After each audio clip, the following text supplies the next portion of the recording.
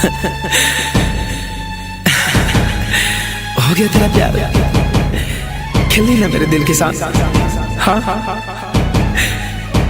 ठीक।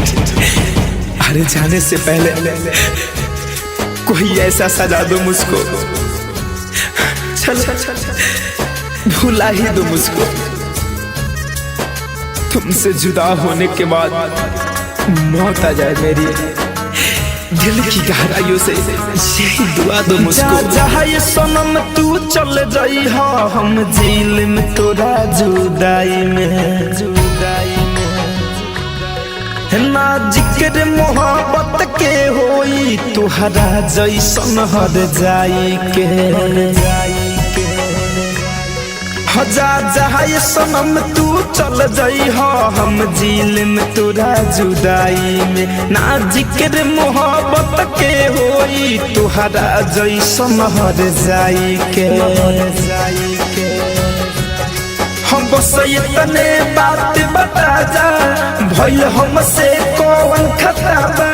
घुट घुट के हम जीले हम रानी, अब तुहरा तन्हाई में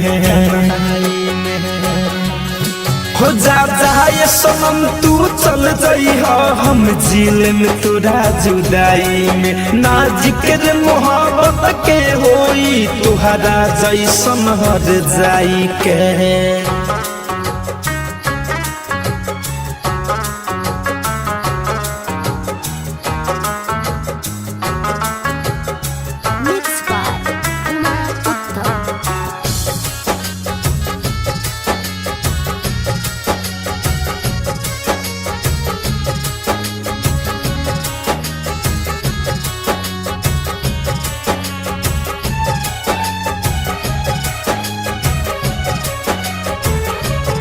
हो काहे इश्क में अक्सर होला, दिल टूट के चकनाचूर होला।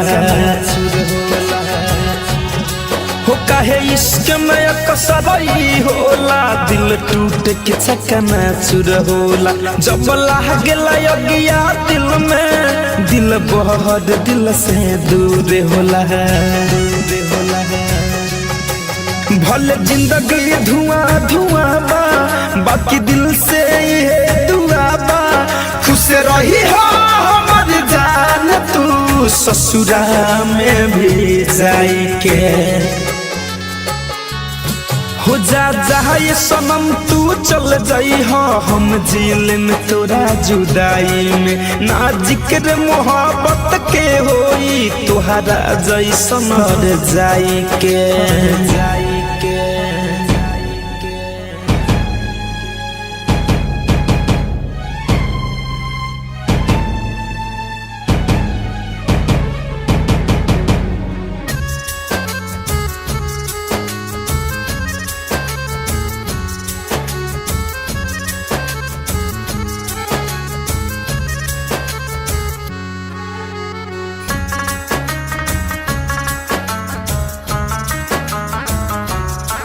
जननी ना जान बदल जाइबू, दिल तूर के ऐसे चल जाइबू।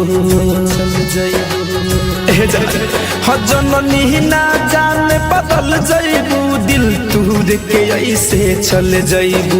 बन के सपना धमंजय, धड़कन के दिल से उतर जाइबू। हो देख के इतना दर्दिया जाइबू, खुश तू न जान रह पाइबू। मर जाई राजा विकास सुनील, तुहरा से दूर जाई के। हो जा ये सनम तू चल जाइबू, हम जेल में तोरा जुदाई में ना जिक्र मोहब्बत के होई, तुहरा जैसन बेवफाई के।